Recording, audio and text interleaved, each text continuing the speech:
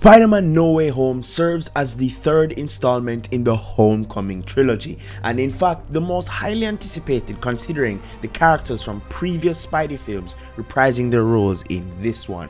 I went back and I rewatched the first two Tom Holland movies before I went to see No Way Home.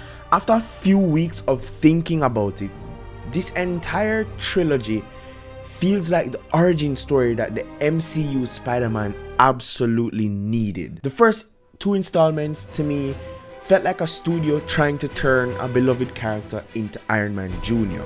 rather than giving him an authentic Spider-Man story. While yes, I do enjoy these Tom Holland movies and I would rewatch them over and over again because they are great films, you know, it didn't feel quite like a Spider-Man movie or what a Spider-Man or a Peter Parker should be. No Way Home brought a certain darkness and an element of consequence that other two movies, well, didn't have. The soulless and quite frankly the cheap attempts Homecoming and Far From Home made to allow Peter Parker to suffer the consequences or attempt, it felt offensive to me in a way, the way they did it. That boat scene in the first movie where Peter goes against his Uncle Tony Stark's instructions and pays what price exactly? Or in Far From Home where Peter hands over Iron Man's multi-billion-dollar high-tech glasses to somebody he just met because he didn't feel worthy or something like that. And even then, he pays no price, he suffers no consequences, and neither do the immediate people around him.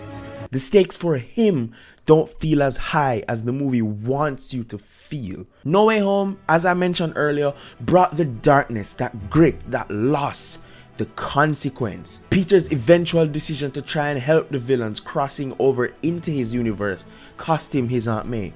His adamance to help some people that he didn't know because he thought it was the right thing to do is the most Spider-Man thing he's ever done in this series by a long shot, man. Personally, that's what I think.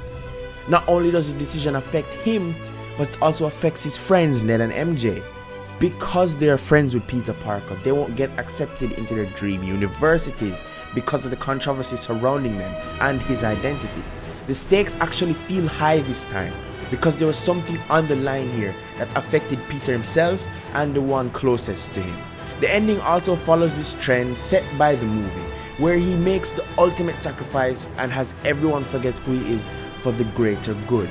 Anyone he's ever loved, known, or interacted with, gone. Just like that. This movie brought the core pieces of Peter Parker, I think. Yes, I know in the movies he was witty and naive and a sweet little teenage boy in a spandex suit and everything, but the cost of living two lives simultaneously really affected Peter himself in a way that feels satisfying to me, and I'm sure other fans as well. I can't speak for everybody, but at least my friends felt that way when I went to watch it with them.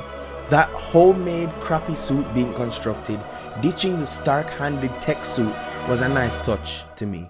And it makes me strongly believe that this was the origin story that Tom Holland's Peter Parker absolutely needed. Finally, the great power that was handed down to this version of Peter handled great responsibility and eventually great consequence.